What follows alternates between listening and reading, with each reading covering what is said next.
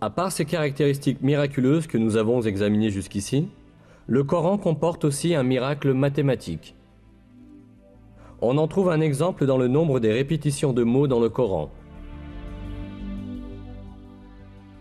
On s'aperçoit que certains mots apparentés sont répétés le même nombre de fois. Voici quelques exemples de ces mots et le nombre de leurs répétitions dans le Coran. Le mot jour est répété 365 fois au singulier, tandis que jour, au duel ou au pluriel, revient 30 fois.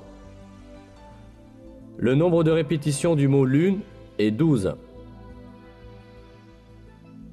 Le mot châtiment est répété 117 fois, tandis que la fréquence du mot pardon, qui est l'un des principes fondamentaux du Coran, est exactement le double.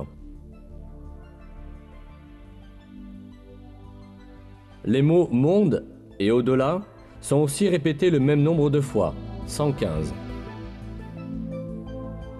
L'expression « sept cieux » est répétée 7 fois. La création de cieux revient aussi 7 fois. Le mot « iman » foi, sans génitif, est répété 25 fois dans tout le Coran, de même que le mot « kufr » mécréance ou négation de la vérité. Le mot « zakat » est répété 32 fois, et le nombre de répétitions du mot « miséricorde » est aussi 32. L'expression « les vertueux » est employée 6 fois, tandis que les libertins est employé moitié moins souvent, c'est-à-dire 3 fois.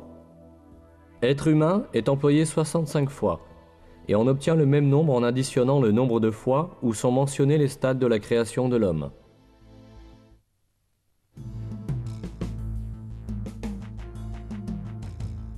Tout ce que nous avons vu jusqu'à présent montre une réalité manifeste.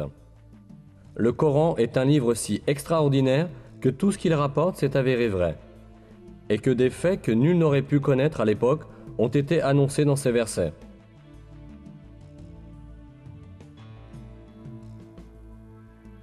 C'est assurément la preuve certaine que le Coran n'est pas une parole humaine. Le Coran est la parole de Dieu, l'auteur de toutes choses, le Tout-Puissant dont le savoir s'étend à toutes choses. Dans un verset, Dieu nous dit sur le Coran :